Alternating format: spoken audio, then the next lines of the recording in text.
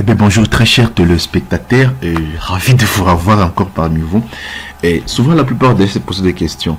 Oui, où jusqu'à Revit peut aller? Et bien sûr, Revit peut faire beaucoup de grandes choses. Et pour cette session, je vais juste vous montrer comment vous pouvez placer des ferraillages sur un mur de soutènement. Vous voyez le mur de soutènement qui est là, qui a un écran de soutènement, tous les éléments constituent un mur de soutènement, qui a une longueur, qui a une hauteur, une base, tout. Si je clique ici, c'est une famille. Je peux tout modifier par rapport à un projet sur lequel je travaille. Vous voyez, je peux modifier la hauteur, je peux modifier la largeur, je peux modifier tout.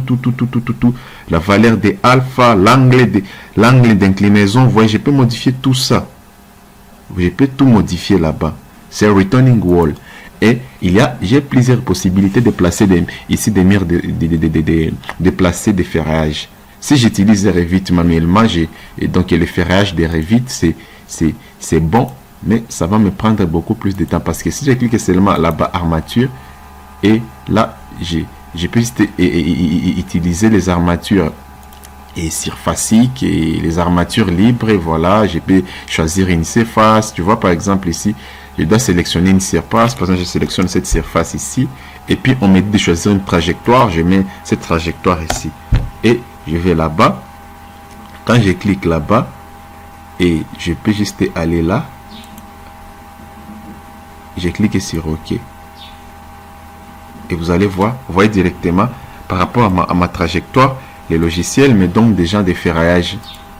Et pour mon mur de soutènement, je veux aller là-bas. Et puis, je peux modifier. Tout ça, non, tout ça vous connaissez en fait. J'ai déjà longuement parlé de ferrage avec Revit, j'ai déjà beaucoup de vidéos que vous pouvez retrouver sur notre chaîne qui parlent de ferrage avec Revit et puis les espaces maximum. Vous voyez ce que ça me donne?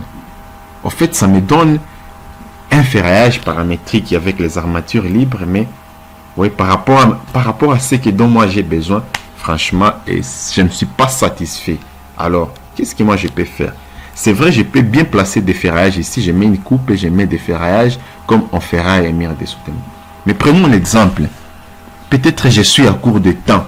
J'ai un projet que je dois livrer et par rapport au plan que j'ai planifié, le planning, je suis tellement en retard, je dois fournir ça tout de suite ou dans 1 heure ou 2 heures. Mais on a besoin d'avoir juste une maquette, d'avoir des plans de ferraillage pour pouvoir peut-être relancer les travaux de construction des murs de soutènement. Tout est déjà en place, mais on a juste besoin d'avoir des plans pour construction, donc des plans et de documentation des ferraillages pour pouvoir maintenant présenter soit au bailleur, présenter ce que financer les projets, de voir que les projets réels et voilà comment les armatures vont se faire. Aussi faire quantifier les armatures. Donc vous avez une estimation de la quantité de volume et d'armature que vous aurez dans votre projet. Et maintenant pour faire ça, Naviat Rex vous facilite la tâche. C'est très simple. Moi je vais sélectionner mon élément, je vais dans Naviat et je vais là-bas sur Returning Walls. Voilà. Oui, il est à mesure de ferrailler n'importe quel type de mur de soutènement. Vous voyez directement. Dès que j'entre ici, il y a une reconnaissance automatique de tous les paramètres constituant un mur de soutènement. Vous voyez, il y a les baies, tout, il connaît. Déjà, s'il y avait une géométrie, si j'avais un mur de soutènement avec cette partie qui sort ici, directement, ça devrait me montrer ça et comment je vais faire ça. Et voilà, la partie principale pour le ferraillage, vous voyez, voilà un peu et les types de ferraillage des murs de soutènement que Naviat nous donne. Et voilà, vous voyez, je peux faire ça. Vous voyez, il y a cette possibilité de faire comme ça les ferraillages. Il y a cette possibilité de faire comme ça les ferraillages. J'espère que vous avez déjà vu pour la plupart des fois. Mais cette fois-ci, moi, je vais faire une exception. Je vais utiliser toujours cette méthodologie-là, cette technique-là qui est courante. La technique là courante que nous utilisons toujours dans beaucoup de projets pour faire les ferraillages d'un projet, d'un mur de soutènement. Et voilà, là-bas, je vais choisir l'enrobage. Bon, moi, ici, je vais prendre un enrobage de 40 mm, 4 cm sévère. Et là-bas, je vais choisir des barres. Là, comme c'est un mur de soutènement susceptible de recevoir des grandes charges, ici, je vais mettre par exemple le barre de 25. Et là-bas, j'ai la possibilité de déterminer la distance et S1 il faut voir où se trouve S1 et je vais modifier ça. L, c'est cette distance ici, donc les L11, c'est la distance entre ces deux éléments. Vous-même, vous pouvez déterminer ça pour avoir cette longueur. Si vous voulez que ça puisse aller là-bas, par exemple, si je mets ici 300, vous voyez, directement par rapport au principe de dimensionnement, ça ne peut pas sortir. Mais si je mets 148, par exemple, si je mets 150, vous voyez, je suis toujours dans la marge. Vous voyez ici L4, je peux voir, c'est ça, cette hauteur ici, et voilà la valeur. Pour ce qui est des distances des barres, et ici, je vais mettre aussi les barres de 25, ici aussi, en rouge ici, je vais mettre des barres de 25, oui, je vais mettre les barres de 25 ici en rouge. Si là-bas, et ici, je mets par exemple le bar de 20, qui fait les 22 pour l'astem, et là-bas, je vais mettre les barres de 25, et pour le bar 3, là, je vais mettre encore une fois ces barres ici. Après, là, c'est dans les sens longitudinal. Il doit y avoir d'autres armatures ici. Ça, c'est dans les sens transversal. Maintenant, dans les sens longitudinal, on a le droit d'avoir d'autres armatures. Et voilà un peu les types d'armatures que le logiciel nous donne. Et là-bas, nous allons toujours mettre les barres de 22. Et la distance S1, nous pouvons déterminer la distance entre les étriers. Et non, la distance entre le bar d'armature. Et là, moi, les 150 mm, pour moi, les 15 cm, ça suffit. Et là-bas, cette partie est supérieure ici. Je mets les 22. Cette partie ici, cette zone ici et cette zone ici. Voilà. Je mets ça aussi. Vous voyez que c'est très bien à voir. Et le footing, donc le fondation, je vais mettre le bar de 25. Et les quilles ici vert, là, je vais mettre 22. Voilà. Et ainsi de suite. Là-bas, s'il y a des barres qui vont comme ça, vous pouvez toujours les ajouter. Mais malheureusement pour nous, pour notre mur de soutènement, il n'y a pas ce type ici de mur de soutènement avec ces éléments ici, que nous appelons les shelf reference mount. Donc, il n'y en a pas. Mais je vous ai montré là-bas, dans la bibliothèque Revit, il y a tous ces types de murs de soutènement. Moi, j'ai choisi le plus simple qu'on peut utiliser. Si ça allait exister, on devrait aussi paramétrer là-bas et voir comment ça va se faire. Et puis par après, c'est très simple. Je vois ma mire et voilà, je vois mon footing. Donc, je vois ma semelle et puis je vois les sections transversales, là où il y a les frites, il y a l'angle ici alpha, et nous avons le bêta, l'angle bêta qui est là-bas, nous avons la longueur, nous avons la base, nous avons la hauteur, et j'ai la possibilité de modifier autant que je vais, et là-bas je vais générer.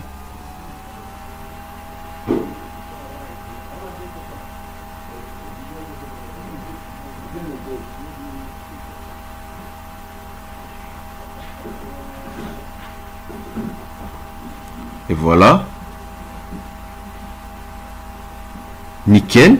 Et voilà, tu vois, ça génère mon mur de soutènement conformément aux recommandations et aux prescriptions. Qu'est-ce que moi je vais faire? Vous voyez, jusque-là, nous avons le problème de visibilité.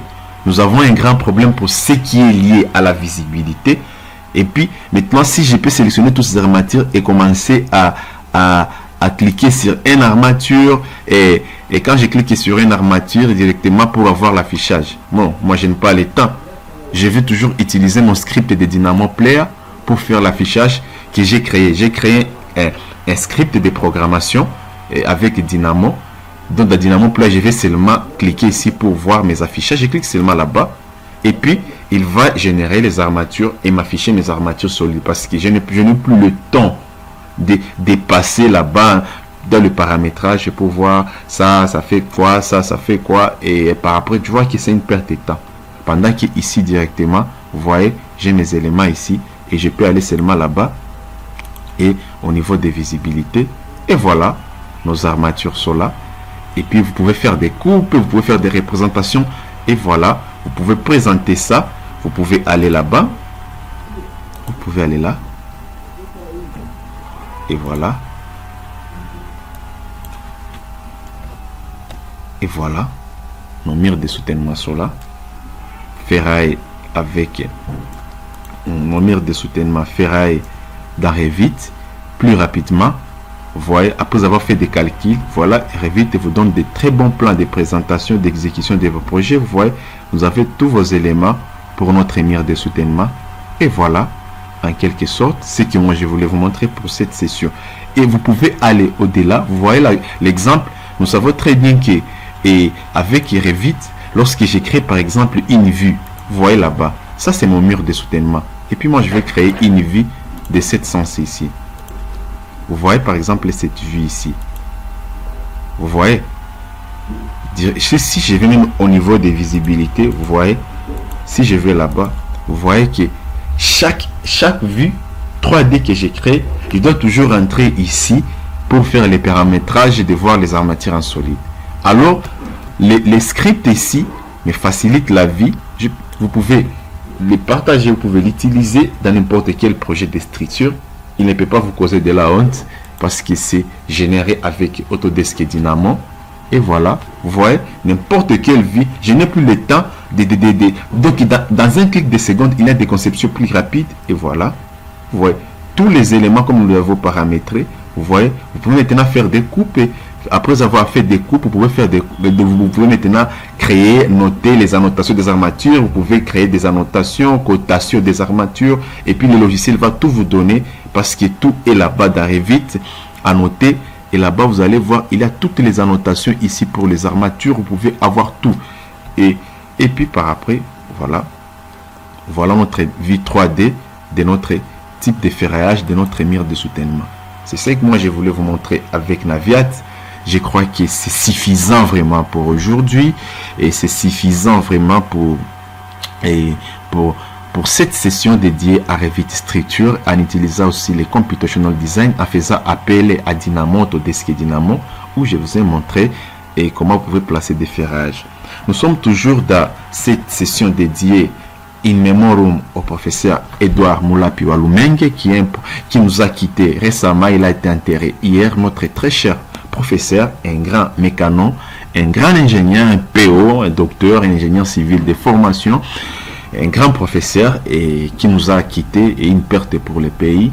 Et l'ASGC Engineering, pour rendre hommage à ces vaillants professeurs, nous avions jugé de faire une suite de sessions de formation dédiées à les logiciels BIM dans les domaines des structures, dont en particulier Revit et autres.